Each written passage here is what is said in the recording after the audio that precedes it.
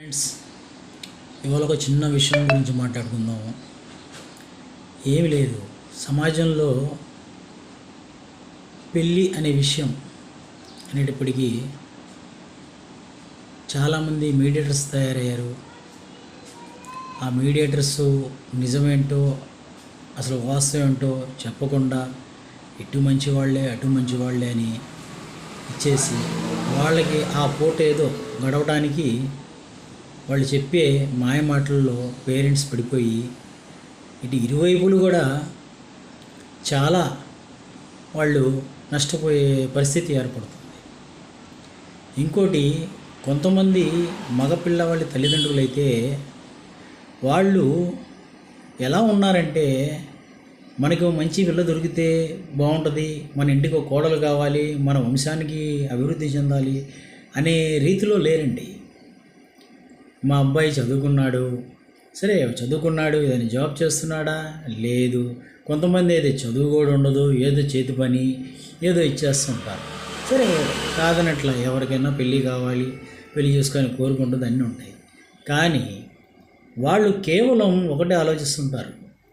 పెళ్ళి అనేటప్పటికీ మగపిల్లవాళ్ళు ఏం ఆలోచిస్తున్నారంటే, చాలామంది, అంటే అందరూ అనట్లేదు సార్, చాలామంది ఏమనుకుంటున్నారంటే, వాళ్ళు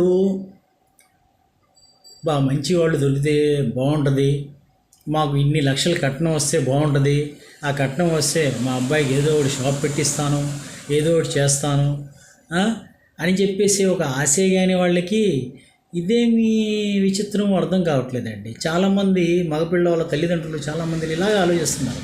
వెనకాల ఆడపిల్లకి ఏముంది, ఏమొస్తుంది, ఎలాగా అని చెప్పేసి ఆలోచించేవాళ్ళే. కానీ మా అబ్బాయికి పెళ్లి చేద్దాము, వాడు ప్రయోజకుడు ఏంటే వాడికి ఒక ప్రయోజకుడిని చేసి ఒక పెళ్లి చేద్దాము, వాడు వాళ్ళ పిల్లల్ని పెంచుకుంటాడు అనే స్వభావం చాలా తక్కువ మందికి ఉందండి. ఫ్రెండ్స్, అర్థం చేసుకోండి.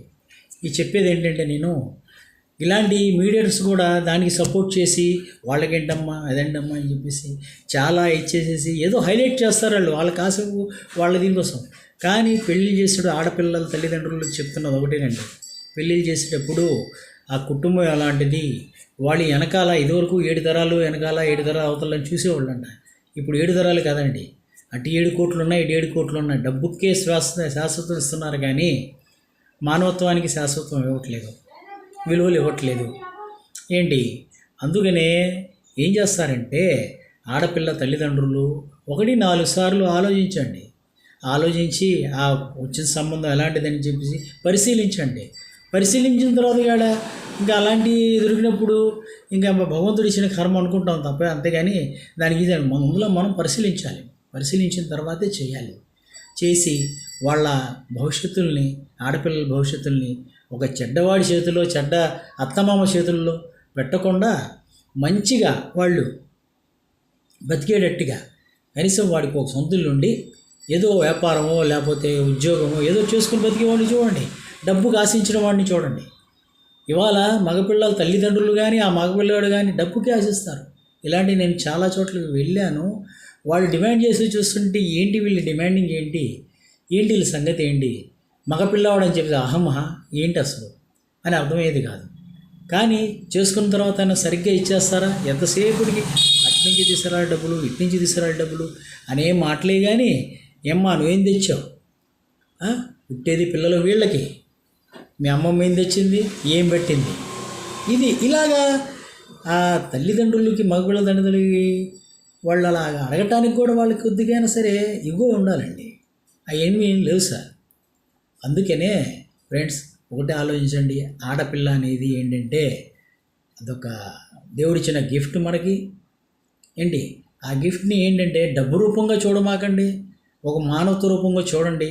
అదే నా రిక్వెస్ట్ అండి, వేరేది ఏం లేదు సార్. ఎవరినో ఉద్దేశించి ఎవరిని ఇచ్చేయడానికి కాదు, మానవత్వాన్ని బ్రతికించండి. ఉన్నన్ని 4 రోజులు హ్యాపీగా బ్రతకండి. ఏంటి ఆడపిల్లల్ని ఒక మర్యాద ఇవ్వండి.